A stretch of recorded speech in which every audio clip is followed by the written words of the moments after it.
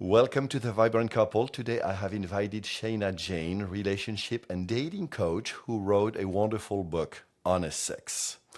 Shana, you've been a coach for the last 20 years. Please share a few of your top results Mm. with the men and the couples you work with.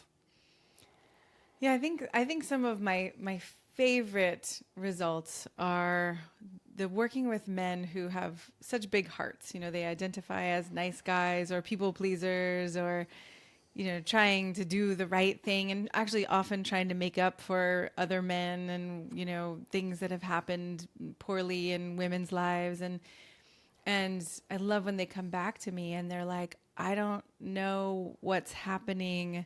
I don't feel like I'm doing anything different, but women are responding to me different. And, I had a guy who we started working together and then he was out dancing somewhere.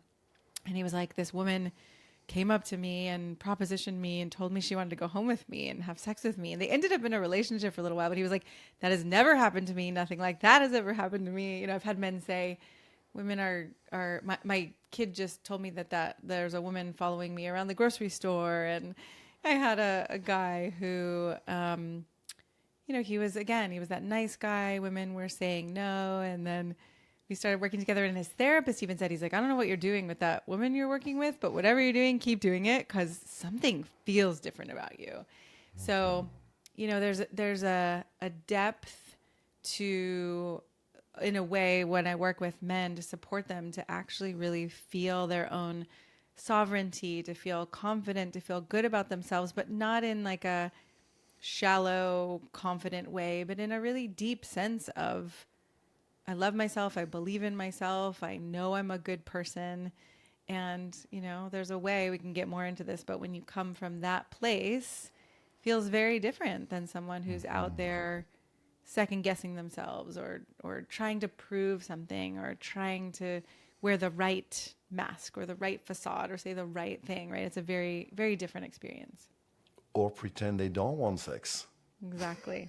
Yeah. Yeah, and so in your book, I loved how you spent the first third on honesty and what it is and understanding it and how it's about vulnerability and care and owning one's desires. Yeah. Please say more. Yeah, well, the first third of the book is about honesty and it's about how to I think about it as maturing our honesty because we could be honest in a I don't want to be judgmental by using immature and mature, but I'll use it for now, right? It's like in an immature kind of honesty, we can blame and attack people and shame people and be like, you're being a jerk. I don't like what you're doing. Whereas in a more mature honesty, we're actually checking in and realizing, like, oh, that had an impact on me. And now I'm feeling a certain way. And now I'm trusting less or respecting less or desiring less. And so, okay, I can communicate that. I can speak honestly about it and I can speak at a deeper level that's more vulnerable. And then the person who I'm talking to actually starts to get a sense of what's happening for me and what might need to shift so that we can feel connected again. And I believe, and I have done this, and I've guided my clients to do this from date number one all the way to you're in a relationship already for 50 years. And I would venture to say that actually being in a relationship for 50 years is often harder to make changes than to start a relationship with a new foundation.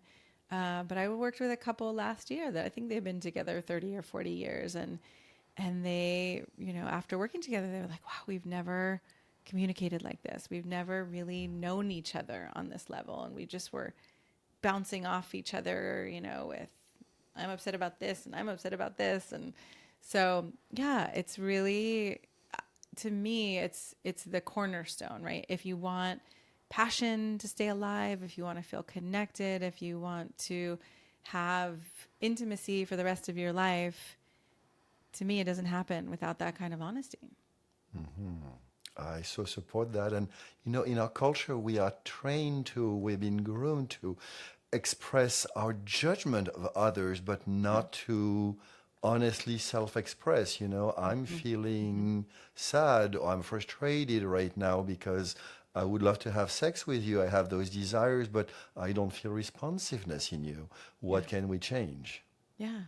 Right. And then there's a dialogue that's possible. And it's like, hey, I'm not blaming you. I'm not trying to make you wrong. Actually, I'm curious. Like, is there something that would have you feel more drawn to having sex? Or is there something, especially if you've been in a relationship, it's like, what's happened that's been shoved under the rug? Right. I have a theory. I don't know if this is true, but I was talking to a I'm woman about the other curious. day. She agreed with me. I have a theory that a lot of women who down the road end up, in relationships and then they eventually don't want to have sex. I mean, there are definitely hormonal reasons we can get into the perimenopause, the menopause, all that. And I think that those women haven't been adored and cherished and attuned to and, just like And desired. and desired Yeah, in a exactly. yes, like in a loving way that can be super strong and super powerful, but also, very heartful and loving. And I think that a lot of women have never experienced that, sadly. I fully agree. And so let me bounce back a, Okay. theory I have, Okay. which is that nice guys cannot fully let their bad boy out Mm, unless they hear the woman say, "Hey, I want your bad boy." yeah. I think that's often true, though. Then, if you are that nice guy, you're waiting for approval from her. So that breaks down in my mind because if you're just waiting and you're like, well, I just have to wait, then you stay the nice guy. To me, when I think about the work that I do with men, it's oftentimes, okay, what are you feeling ashamed of or what are you feeling like is not okay within you? And let's help you actually reclaim that because then you could say to her, I want to let this part of me out. And if she's like, ooh, that's terrifying, instead of shutting down and being like, okay, sorry, it's like, okay, I can imagine why that would be terrifying. And I love you. And I'm going to create safety with you. And tell me more. Like, what is terrifying for you? So most couples don't have that level of conversation, I think. And I mean, you work with couples too. I'm curious, how you see that. Yeah, yeah. And so exactly what I'm seeing. And so what you're describing, I would qualify as men beginning to lead. Because Mm, often it is women that ask and ask and ask, but they ask in a way that men cannot hear, or yeah. to, nice guys who have not learned to have that self-honesty Yeah. and have not learned to do that leadership. Say, hey, darling, we haven't had sex in a while, or we have rarely sex. I want more. I'm Mhm. going to find ways. We have more. What do you want? And so Yeah. when there is that leadership, and then she shares, Yeah. hey, I want your bad boy, then we start having a much different conversation. Yeah. And I think I don't know if always, most of the time, there is some kind of desire discrepancy, between the two partners and in a heterosexual couple. It's often men who want more sex. Though I did just talk to a man recently who his wife wants more sex than he has or than he wants. Um, and it's interesting, right? Because it can be a discussion where it's like, I want more sex or sexual sex. Someone else might want more cuddling, more, touch, more massage, more things like that, that I actually consider sex also. So in the book, I expand the definition of sex to include, I right? It's love not that just section in the book. Yeah. yeah, not just physical, not just genitals, but we've got our energetic bodies, we've got our emotional, parts of ourselves, we've got our soul, we've got our hearts. So it can come through the body as well, and they can all intermingle. And I call that four-dimensional sex as opposed to one-dimensional sex. Um, but sometimes one person wants one thing and the other person wants the other. So, like, if a woman wants more just for now, she wants more cuddling or more, just body to body without feeling like it has to immediately lead to penetration or even has to lead to penetration at all. sometimes when she gets that need met, I'm saying she, but it could be either partner, Yeah. then there's more bodies open, hearts open. Oftentimes there's more willingness. And if not, then there's more conversations to have too. And I like sometimes to separate the desires with a couple, right? So maybe this week we're going to spend an hour and you're going to tell me what you want.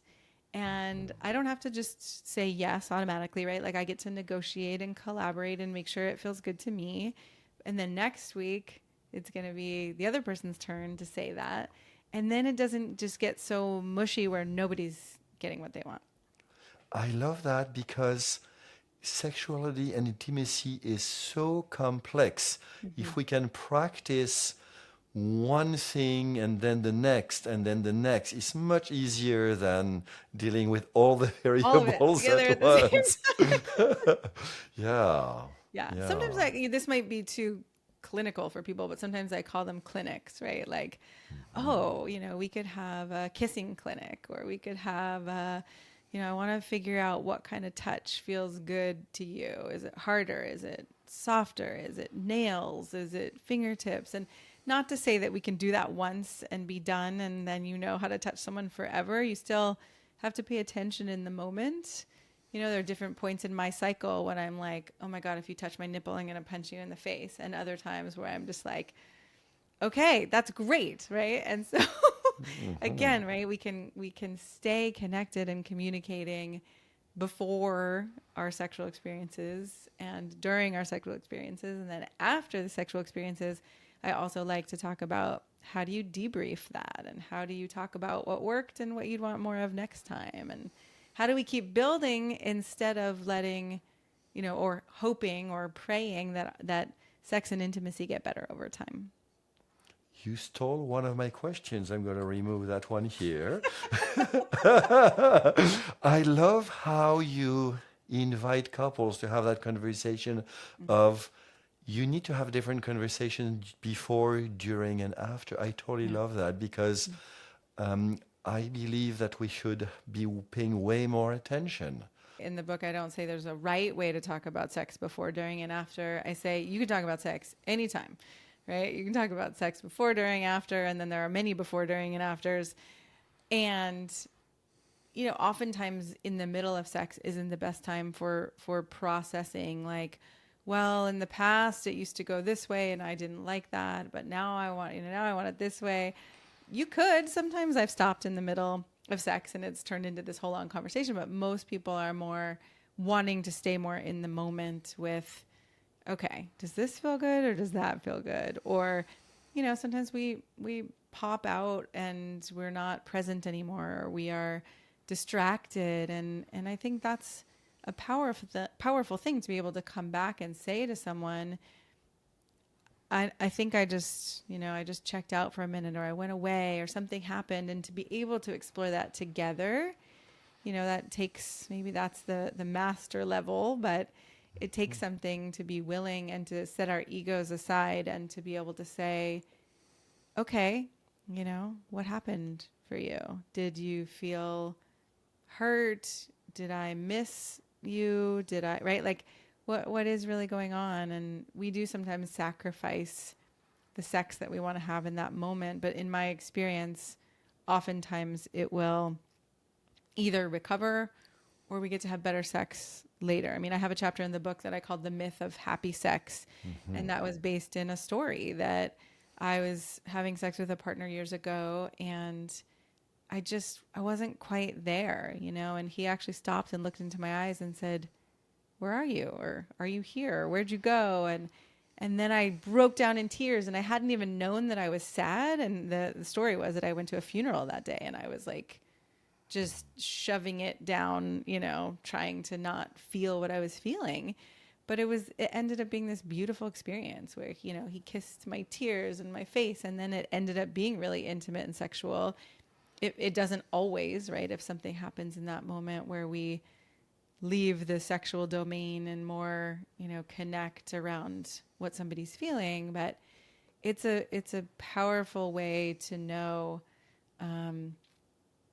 don't know, like I don't have to pretend. I don't have to fake something, right? I don't have to just show up because you want me to and then put everything aside. Like we can be real people together. I found that very courageous and generous, and also leading towards, we are in a relationship right now. We are playing, and it looks like what I'm doing is not the type of play that serves you right now. Yeah. Yeah, and it can hurt all of our egos to be like, oof, I'm not getting it right, or I'm not good enough, or I don't know what you're talking about. yeah, nobody likes that. I don't like that. Yeah, totally. Yeah. Yeah. Yeah. So I have a question for you. Okay. Many of the men I work with have a deep anxiety Mm, closing of, but if we don't have sex now, when? totally. Would you have some insights for the men and women, and of course, of any gender and sexual orientation Yeah. listening? Well, that kind of urgency, I tend to get stuck in that lens of urgency for many reasons in my life. I wish that wasn't the case, but I do have it. And so, one suggestion I have in that moment is to really look at, okay, why is this feeling so urgent? Maybe it's because we haven't had sex in months and maybe, there's all these different reasons, but sometimes we can think just because the past was like that, then the future is going to be like that too. However, if you make a change in that moment, right, if you do something different, then the dominoes start to fall in a different way. And so urgency tends not to be very sexy for most people because then it feels like pressure. And then it's like, well, you got to keep going even though I'm not feeling it really, and our bodies are tense and it doesn't tend to create the most orgasmic experiences. So I guess in this moment, what I'm thinking is if you can shift from urgency to more of a curious, a curious question around like, okay, what would have us feel more connected? And if you can start to look at, okay, if this experience were happening for me rather than to me, right? In other words, like if this is going to be a doorway into more of the love and sex I want, and I don't have to just feel like, oh God, if it doesn't happen now, it's never going to happen again, right? How would I make that shift? Is there a conversation I want to have? Is there a question I want to ask? Is there something I want to find out? Right? So I think we have to sometimes take a step back and look at the bigger picture and see, oh, it seems like we keep getting into these conflicts, and then we start to feel closer, but then the sexual energy fades because we're mad at each other. Okay, so maybe we start looking at, why are we getting so mad at each other, right? So I don't feel like I have an easy answer to that one, but I hope some of that helps, or you can ask That's follow-up super questions. helpful, super helpful. And then one of the things I also really like in your book is the big picture invitation and hope you bring by transforming fear into love. Yeah. Yeah, right? Because I think ultimately fear, when we're afraid of something or when we are upset that something's not happening, we have a desire, and oftentimes I oftentimes feel like if we go deep enough, there's love there or a lack of love, right? We're struggling to feel loved or wanting love or all of those things. But I think if we can slow it down and we can witness ourselves, I think that's why meditation tends to be very helpful. It's like, oh, I feel like the 7-year-old, who never got the attention I wanted, and I want to freak out and have a tantrum. But okay, can I just breathe and pause and then maybe say to my partner, I notice I'm struggling because I'm not feeling like I'm getting the attention I need, and I'd like to figure this out. And maybe some of this we can do together, and maybe I need to get help, from a coach or from a therapist. But I don't want to stay stuck in this pattern that we've been in. I want things to be different. I want it to be better for us. So on a scale of 1 to 10, if you look at your clients, Yeah. 1 being no change and 10, and I'm not going to say they have sex 3 times a day. This is Yeah. not about quantity. But if you were to somehow qualify the results, how Yeah. much are How people's much sex change? lives and intimacy lives transformed? We talked about this before. I'm really bad at 1 to 10, but I will say I've had 4 clients recently say to me, "Oh my God, I'm in the best relationship I've ever been in." And the foundation of it has been I can be myself. I can admit what's going on for me. I can be honest. I can ask for what I want. I can hear what the other person wants. We can talk about it. We're talking about things in a way we feel loved and we feel trust and we are supported. And, so maybe you could put numbers on that. But to me, it's just, I just It feels love like at that. least an 8.5 or a Yeah, 9 at let's least. say that. Yeah. Yeah, yeah, yeah. And so one of the things I'm hearing is couples that have done a lot of work, are fairly advanced in their practice. Yeah. Do you have any advice for the men who would love more sex, but the only honest sex expression is you never give me sex, you always say no, Oh, you. yeah. What advice would you have for those men as a first step? Yeah, and I didn't mean, I don't know what my face just did, but it was like, oh, I feel so sad and heartbroken because I know it's a real desire, right? It's a Yeah. real desire. And I've always said in my all my writing, like, I'm an ally for men. I love men. I want men to have what they want. One of the biggest keys to shift that one is to shift from complaint to desire. So the way I look at it is that they're two sides of the same coin. Anytime you have a complaint, there's something you want instead, right? So if it's we're not having enough sex, it's, oh, I want more sex, or I want better sex, or I want, and I am guilty of this in my marriage that ended 12 years ago. I complained. I asked for what I wanted. I asked for what I wanted, and then it wasn't happening, and so then I ended up complaining. Now what I see is that didn't help us at all. It didn't end up getting us anywhere. It drove us farther apart. So if you can really start to look at that one, that will help. Yeah. And so I want to add a piece here is Great. for your own growth, it did help, although not in the moment, because you realize that complaining is not getting you what you want. And you learn not only to do that for yourself, but for your clients and how Yeah. to transform those Yeah. complaints. So complaints has a desire behind what is it, how to learn to express it as cleanly as possible. Yeah. And I know for men, one of the things that can be tricky is the vulnerability, right? Of saying, like, uh, just feeling, whether it's feeling out of control or feeling small, or you're going to see me as not manly or any of these things. And again, as I work with men to find that place deep inside themselves where they can accept who they are and celebrate who they are and feel great about who they are, then you can say something that feels vulnerable. And if somebody looks at you and is like, ugh, you can say, wow, that's painful. I just showed you my heart, or I showed you this part of me that feels that I'm struggling with. And I don't think I deserve that. Right. And we can start to see it as it's somebody else's issue. It doesn't mean something about us. And I have a very strong inner critic that I've been working with my whole life. And so I know, right? I know that in those moments, I can feel my ego can get involved and I can feel very wrong and I can feel very bad.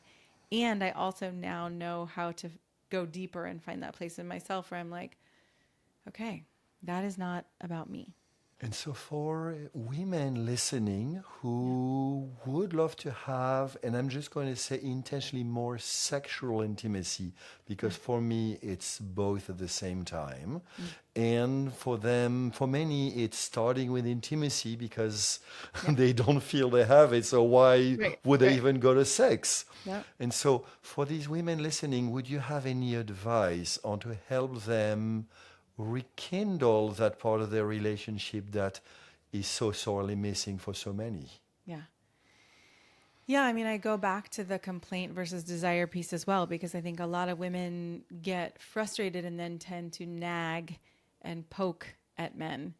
And that doesn't have a man feel like, oh, I want to grow, I want to learn, I want to cherish her, I want to be closer to her, right? It's more like, ugh, let me get out of here because I'm feeling attacked. So again, I would start with what's the desire underneath the complaint, or the opposite side of the coin is the complaint. And I would start talking about it with people. Like, instead of complaining to your girlfriends, start to get clear, what do you actually want? What would delight you? What would have you feel loved and cherished? And then, the next step would be to communicate that if you're in a relationship to your partner. If you don't feel safe to communicate that, then there's a conversation that happens first, which is, I would love to talk about some things. I don't know if we can talk, if we haven't had the, habit of talking about things in a way where we really appreciate each other and we approve of each other. We've kind of cut each other down and judged each other, and I don't want to do that here. Right? I don't want to do that ever really anymore. But I want to start and have a conversation and talk about the things that would help us feel more connected and loving and have more sex. And it needs to be a different kind of conversation, is what I'm seeing. Are you willing to try this with me? So honesty, vulnerability, love, desire, care. Yeah, Am I missing one or two? maybe. I don't know. I think that's a great list. Honesty, vulnerability, desire, care, right? Yeah, care, understanding. I was thinking about that this morning in my yoga class. Like, oh, yeah, if we can actually, oftentimes we don't listen. If we're feeling upset or frustrated, we can't get ourselves to slow down enough to listen to what the other person is saying. And it's really powerful, even if it feels like, I had a teacher once who said, if you listen to someone fully, it can feel like you're going to die, right? You can have this like, I have to defend myself. I have to say something. I have to remind them that that's not who I am. But okay, again, we can slow things down and we can listen. And then we could come back and say, wow, I'm hearing that you have all of these ideas and stories about me. And I feel sad because it doesn't feel like that's who I am, or that's not what I'm trying to do. And, there's a way, I think anything, unless somebody's being abused or someone's being manipulated, I think any experience that we go through together can be a doorway into more intimacy, even if it's upset or hurt or disappointment or any of those things. I fully agree, and I realized that the two I forgot are my two core ones, which are curiosity and Curiosity. I was playfulness. going to say, right? Of course, both of us have curiosity as the core. Yeah. And Yeah, playfulness, I love too. exactly. Yeah. Yeah. Playfulness can be hard to get to because, if we're not feeling our needs have been met, or we're feeling misunderstood, or we're feeling attacked, we're usually not very playful. But we can start with some of the other ones to get to the playfulness. Well, I have a sense that's where what you do in your clinics, where you practice Yeah. appreciation and playfulness and what if and how about we try something different? Yes. Well, Yes. Shana, it was wonderful. Please keep up the good work. And Thank for you. all our listeners, this is Shana's book. I'm really hoping it will help many increase their sexual intimacy, both in terms of quality and quantity. If this conversation with Shana inspired you to liberate more love, please hit the like button below and subscribe so you can be notified when I publish new juicy content. And please share with all you believe would benefit, even that may be a little uncomfortable.